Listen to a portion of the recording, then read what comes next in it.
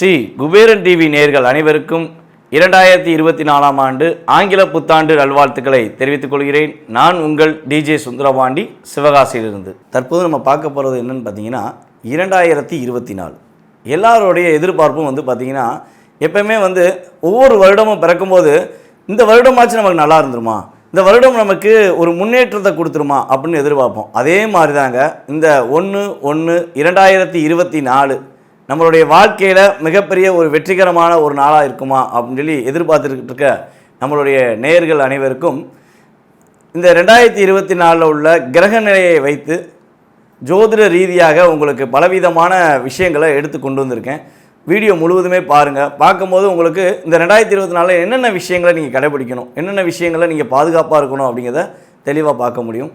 First நம்ம பார்க்க போகிறது பார்த்திங்கன்னா இந்த 2024 கிரக நிலைகள் என்ன அப்படின்னு சொல்லி பார்க்கும்போது இந்த வருடம் ஆரம்பமே பார்த்திங்கன்னா சிம்ம ராசியில் ஆரம்பிக்குங்க. சிம்ம ராசினாலே எப்பவுமே தைரியமும் தன்னம்பிக்கை கொண்ட ராசி தான் சிம்ம ராசி. சிம்ம ராசியில் மக நட்சத்திரத்தில் இந்த வருடம் ஆரம்பிக்குது. அதே போல் கரெக்டாக 12 மணி ஆரம்பிக்கிற நேரம் தான் நம்ம ஆங்கில புத்தாண்டாக எப்பொழுதுமே கொண்டாடிக்கிட்டு இருக்கோம். ஸோ அப்படி 12 மணி கணக்கிட்டு பார்க்கும்போது லக்னம் பார்த்திங்கன்னா உங்களுக்கு கன்னியா லக்னம் வருது. கன்னியா லக்னத்தில் கேது பகவானுடைய அமைப்பில் இந்த வருடத்தை நம்ம ஆரம்பிக்கிறோம். அதே போல் பார்த்திங்கன்னா மேச ராசியில் குரு பகவான் இருக்கிறார். மேச ராசியில் குரு பகவானும் கன்னியில் கேது பகவானும் அதே போல் விருச்சக ராசியில் புதனும் சுக்கிரனும் இணைவு பெற்றிருக்கிறார்கள். இது ஒரு மிகப்பெரிய சிறப்பு என்னென்னு பார்த்தீங்கன்னா இந்த வருடத்தில் காலபுருஷன் ராசியான தனுசு ராசியில் சூரியனும் செவ்வாயும் இணைவு பெற்றிருக்கிறார்கள். இந்த இணைவு மட்டும் சிறப்புன்னு நம்ம சொல்லல, இந்த இணைவில் பார்த்திங்கன்னா செவ்வாயும் குருவும் பரிவர்த்தனை பெறுகிறார்கள். இது ஒரு மிகப்பெரிய ஒரு மாற்றத்தை நம்மளுடைய வாழ்க்கையில் மிகப்பெரிய ஒரு ஏற்றத்தை கொடுக்கக்கூடிய ஒரு வருடமாக, மகிழ்ச்சியான ஒரு வருடமாக இருக்கும் என்பதை இதை வைத்தே நாம் உறுதியாக தெரிந்து கொள்ளலாம். அதே போல் சனி பகவான் பார்த்திங்கன்னா 2024 கும்பத்தில் அமர்ந்திருக்கிறார். ராகு பகவான் மீன ராசியில் அமர்ந்திருக்கார். இதுதான் இந்த வருடத்தின் கிரக நிலையோட அமைப்பு. ஸோ இந்த கிரக நிலையினால் நம்மளுடைய வாழ்க்கையில் என்ன மாற்றம் வரும் சாமி, இதனால் ஏதாச்சும் எங்களுக்கு ஒரு ஏற்றம் இருக்கா அப்படின்னு சொல்லி நீங்கள் கேட்கலாம். ஃபஸ்ட்டு நம்ம பார்க்க போகிறது பார்த்திங்கன்னா உலகியல் ஜோதிடம் பார்ப்போம்.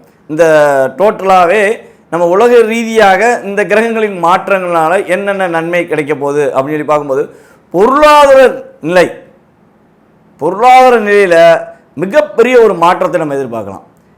எப்படி அப்படின்னு சொல்லி பார்த்தீங்கன்னா காலபுருஷன் ராசியில் குரு பகவான் முதல் ராசி மேச ராசியில் குரு பகவான் அமர்ந்திருக்காரு பார்த்தீங்களா, அவர் 2ஆம் இடத்துக்கு செல்வார். இந்த வருடத்தில் பார்த்தீங்கன்னா குரு பகவான் 2ஆம் இடத்துக்கு ரிஷப ராசிக்கு சென்றவுடன் பொருளாதார நிலை நல்ல ஒரு முன்னேற்றம் இருக்குங்க. பணப்புழக்கம் எல்லாருக்குமே இருக்கும். பணம் இல்லை, என்னோடய சூழ்நிலையில் எனக்கு நிறையா பிரச்சனை இருக்குது, நான் இதை ஃபேஸ் பண்ணணும்னா எனக்கு பணம் வேணும் அப்படின்னு நினச்சிக்கிருக்கவங்களுக்கு இந்த வருடத்தில் குரு பகவான் மிக சிறப்பான ஒரு பொருளாதார நிலையை உலக ரீதியாக தரப்போகிறார் என்று பார்க்கிறோம்.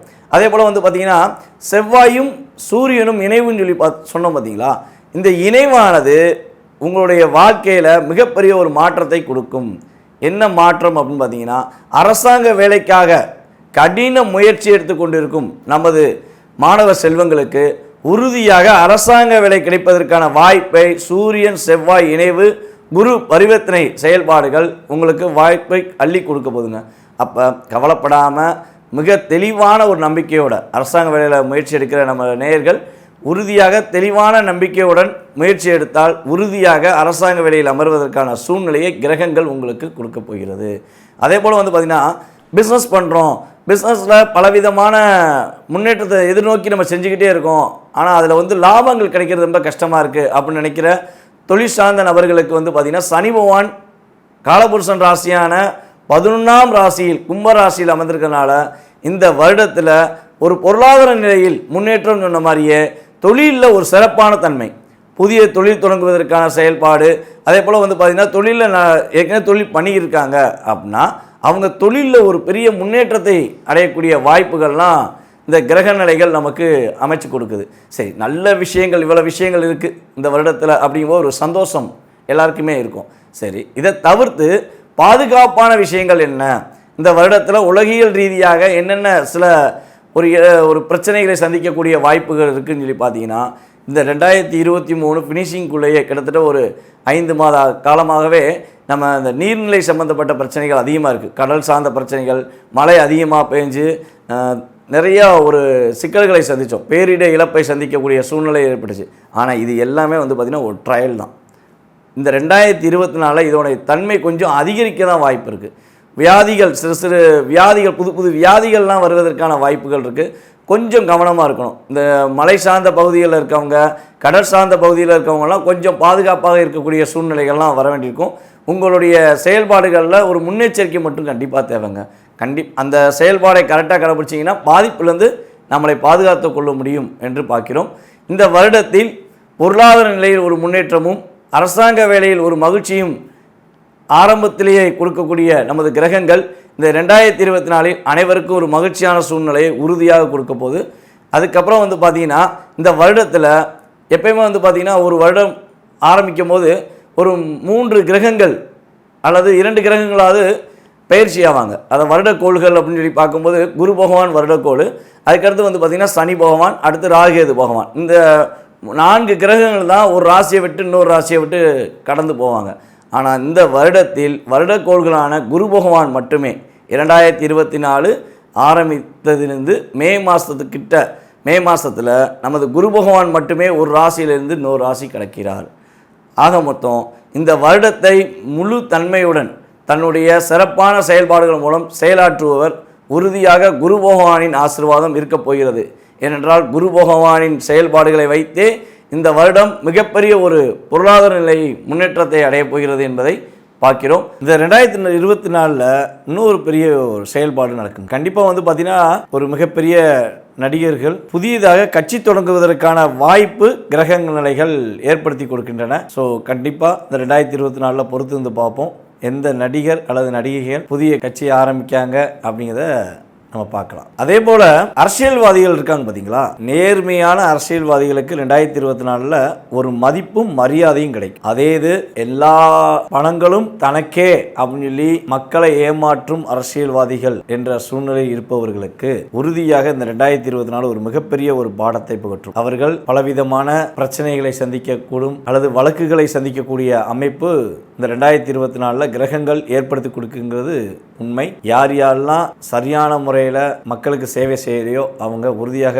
இந்த 2024 மாட்டுவாங்கன்னு எதிர்பார்க்கிறோம். அதே போல ஏற்றுமதி இறக்குமதி பிசினஸ் பண்றாங்க பாத்தீங்களா, அதுல ஒரு மிகப்பெரிய ஒரு முன்னேற்றம் உண்டு. அதே போல இன்னொரு விஷயமும் இதுல நடைபெறும். என்னன்னு பாத்தீங்கன்னா, ஏற்றுமதி இறக்குமதியில விலை உயர்வும் ஏற்படும். அந்த விலை உயர்வுக்கு ஏற்றமாறு அவங்க பொருள்களோட விலையும் ஏற்றுவதற்கான சூழ்நிலையும் உண்டு. ஸோ ஏற்றுமதி இறக்குமதி பிசினஸ் பண்றவங்களுக்கு இந்த வருடம் ஒரு மிகப்பெரிய ஒரு பொன்னான வருடம் கூட சொல்லலாம். ஒரு புதிய மருந்து கண்டுபிடிப்பதற்கான வாய்ப்பு நம்ம இந்தியாவுக்கு சிறப்பான ஒரு மதிப்பு கிடைக்கும். ஏதாவது ஒரு நோய்க்கு நம்ம இந்தியா வந்து ஒரு புதிய மருந்து கண்டுபிடிப்பாங்க. அது புற்றுநோய்க்கு இருப்பதற்கான வாய்ப்பு உண்டு. பஞ்சாங்கத்தில் இதுக்குரிய குறிப்புகளும் உண்டு. ஸோ அதனால் நம்ம இந்தியா ஒரு மிகப்பெரிய ஒரு ஏற்றத்தை பெறக்கூடிய, அனைவராலும் திரும்பி பார்க்கக்கூடிய செயல்பாடுகளை செய்யக்கூடிய சூழ்நிலைகள் 2024 ஏற்படுகிறது. கிரக நிலைகள் அதற்கான சூழ்நிலையை கொடுக்கிறது. மிகப்பெரிய ஒரு வெள்ளப்பெருக்கு ஏற்பட வாய்ப்புண்டு. ஏன்னா மழையினால் பாதிப்பு இருக்குன்னு சொல்லி சொன்னேன்ல.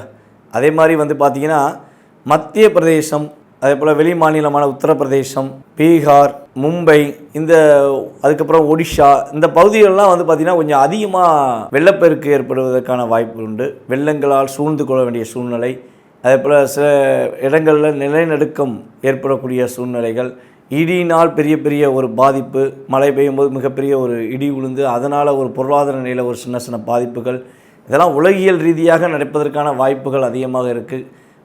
பஞ்சாங்கத்தில் இதற்கான ஒரு சில குறிப்புகளும் கொடுக்கப்பட்டுள்ளது. கவனமாக நம்ம கொஞ்சம் முன்னெச்சரிக்கையாக இருந்தோம்னா இந்த நிலையிலேருந்து நம்மளை காப்பாற்றிக்கலாம்.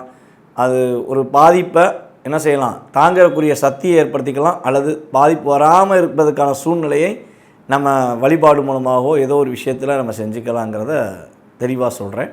வாங்க 12 ராசி நேயர்களுக்கும் எவ்வாறு இருக்கிறது, 12 ராசிக்காரர்கள் என்னென்ன விஷயங்களை கவனமாக இருக்க வேண்டும் என்பதை பார்ப்போம்.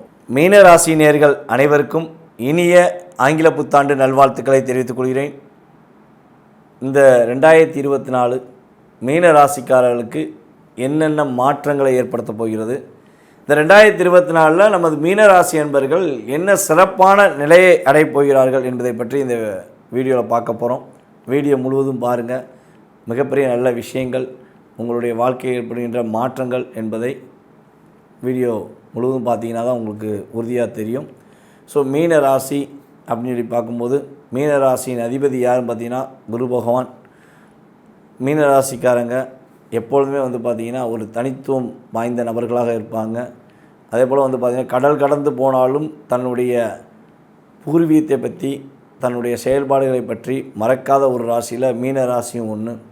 மீனராசிக்காரங்களுக்கு பார்த்திங்கன்னா எப்போதுமே நட்புங்கிறது கிடைக்கிறது கொஞ்சம் எளிது. நட்பு ஒரு நிரந்தரமான தன்மையில் இருக்கிறது எளிது. அப்படி நிரந்தரமான தன்மையில் இருந்துட்டு அந்த நட்பு எப்போவுமே ஒரு வெற்றிகரமான ஒரு நட்பாக உங்களுடைய வாழ்க்கையில் முன்னேற்றக்கூடிய சூழ்நிலையை உருவாக்கும் நட்பாக இருக்கும் என்பது தான் நிதர்சனமான உண்மை. அதேபோல் மீன ராசியின் அதிபதி குரு பகவான் சொன்னோம். யாருக்கெல்லாம் மீன ராசியில் குரு இருக்கிறாரோ அல்லது மீன ராசிக்காரங்களுக்கு குரு வலிமையாக இருக்கிறார்களோ அவர்களெல்லாம் பேராசிரியராக இருப்பதற்கான வாய்ப்பு, ஒரு குரு ஸ்தானத்தில் அமர்வதற்கான வாய்ப்புகள் உறுதியாக உண்டு என்பதை குறிப்பிடலாம். கிரக ரீதியாக இது ஆராய்ச்சி மூலமாக குறிப்பிடும் செயல்பாடு.